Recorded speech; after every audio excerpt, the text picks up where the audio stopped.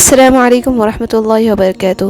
رمضان سے پہلے جو لوگ رشتے ناطے توڑتے ہیں، رمضان جیسے مبارک مہینے میں ان کی مغفرت نہیں ہوتی، اس لیے آپ کی کسی سے بول چال بند ہے تو رمضان سے پہلے معافی مانگ لیں یا معاف کر دیں۔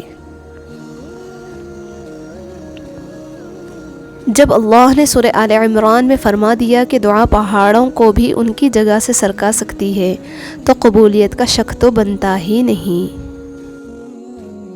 آج کی آیت، نرمی کے ساتھ گفتگو کرنا اور درگزر کرنا اس صدقے سے کہیں بہتر ہے جس کے بعد دل آزاری ہو۔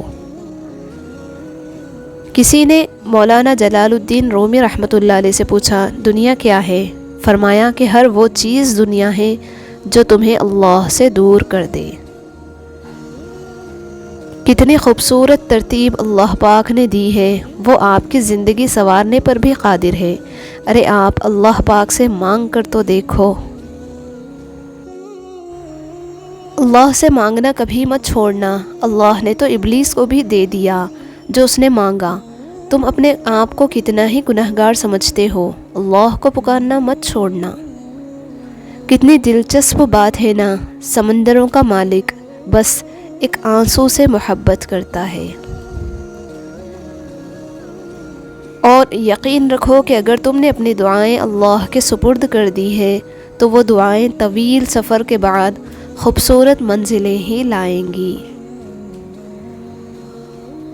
کسی نے کیا خوب کہا ہے، موت کا خوف ہے مگر گناہوں پر روک نہیں، جنت بھی جانا ہے مگر نماز کا شوق نہیں۔ میرے دوست، وقت برا ہو تو محنت کرنا، اور وقت اچھا ہو تو کسی کی مدد ضرور کرنا۔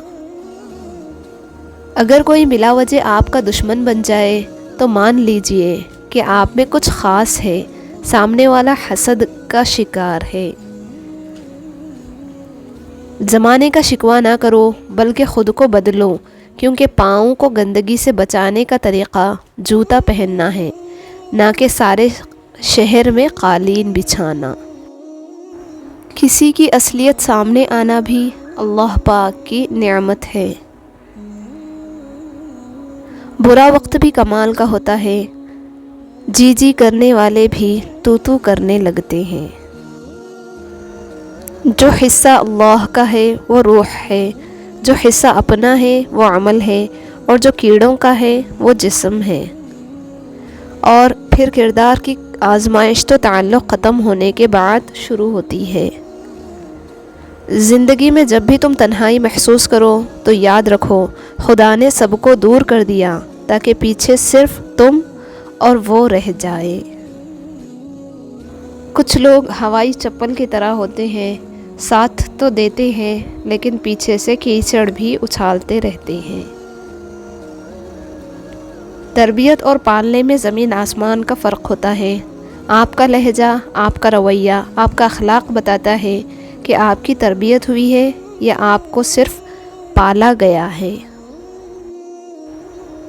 کس موڑ پہ لے آتی ہے نوکری انسان کو، اپنے ہی گھر جانے کے لیے دوسروں سے اجازت لینی پڑتی ہے۔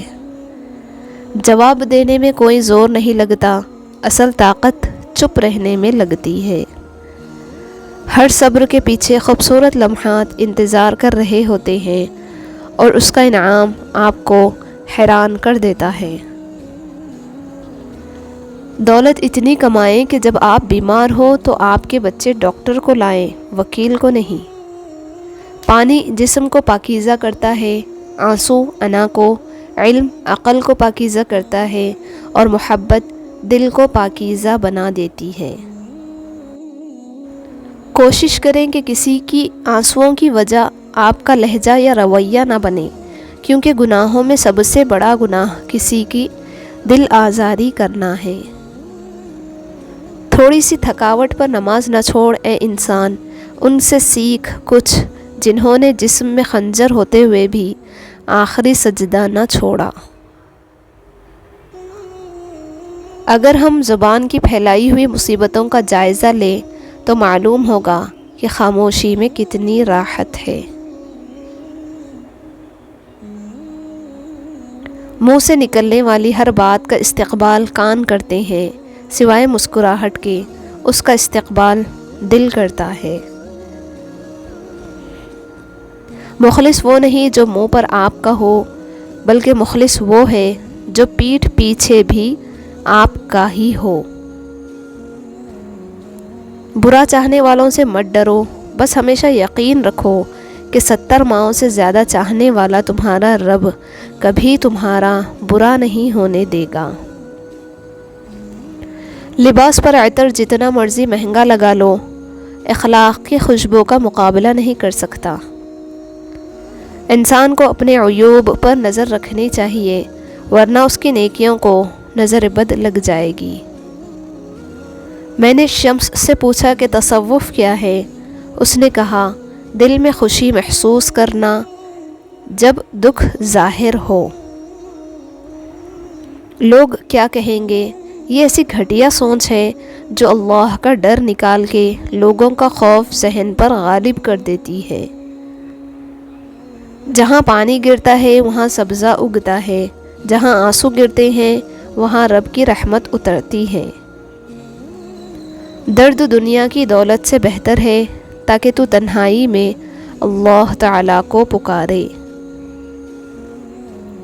غمگین نہ ہو، جو بھی تو کھو دیتا ہے اسے کسی نہ کسی اور صورت نعمت واپس پا لیتا ہے۔ اتنی کوشش ضرور کیا کریں کہ کوئی آپ کی وجہ سے رب کے سامنے نہ روئے۔ ہمیشہ یہی ظاہر کرو جیسے کچھ نہیں ہوا، چاہے کچھ بھی ہو جائے۔ جس دن تم دوسروں کا درد خود پر محسوس کرنے لگو تو سمجھ لینا کہ تم اشرف المخلوقات ہو۔ زندگی اس کچی پینسل کی طرح ہے جو ہر روز چھوٹی ہوتی جاتی ہے۔ ایک اچھا انسان کسی کی شکایت نہیں کرتا، وہ دوسروں میں خامیاں تلاش نہیں کرتا۔ زندگی ایسے جیو جیسے سب کچھ تمہارے حق میں ہو۔ یاد رکھو، جب تک اپنی نجات کا یقین نہ ہو کسی گنہگار کا مذاق نہ اڑاؤ۔ خاندانی لوگوں کا وقت بدلتا ہے، معیار نہیں۔ بد نسلوں کی قسمت بدلتی ہے، اوقات نہیں۔ خوف خدا ایک ایسا چراغ ہے جس میں نیکی اور بدی صاف نظر آتی ہے۔ ہو سکے تو کسی کو اس طرح دو کہ وہ دوبارہ مانگنے نہ آئے بلکہ آگے دینے والا بن جائے۔ خوبصورت لہجے میں بات کریں، ورنہ خاموش رہ کر اپنی خوبصورتی کو برقرار رکھیں۔ اچھے لوگوں کی سنگت میں رہا کرو، سنار کا کچرا بھی بادام سے مہنگا ہوتا ہے۔ زندگی جینا ہے تو پھر حالات سے ڈرنا کیسا؟ جنگ جو لازم ہو تو مقابل دیکھا نہیں کرتے۔